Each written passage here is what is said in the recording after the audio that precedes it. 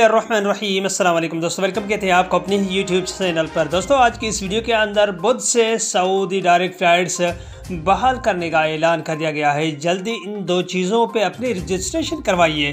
तो दोस्तों इस वीडियो के अंदर मुकम्मल प्रोसेस आपको बताऊंगा और इस वीडियो के अंदर गाका की जानिब से जो नोटिफिकेशन आपने तो कई यूट्यूबर के चैनल्स में देख लिया है, कुछ अपडेट्स इस वीडियो के अंदर वजाहत के साथ हम आप दोस्तों के साथ शेयर करेंगे। मगर वीडियो के जाने बनने से पहले अगर आप हमारे चैनल पे पहली बार आए हैं तो चैनल को सब्सक्राइब करने के साथ साथ बेल के आइकन को प्रेस करना बिल्कुल भी ना भूलिएगा। जो भी हमें लेटेस्ट वीडियो बनाएगा उसका नोटिफिकेशन आप दोस्तों तक हर वक्त पहुंचता रहेगा। वीडियो को लाइक कीजिए और अपने दोस्तों के साथ भी इस वीडियो को शेयर कीजिएगा।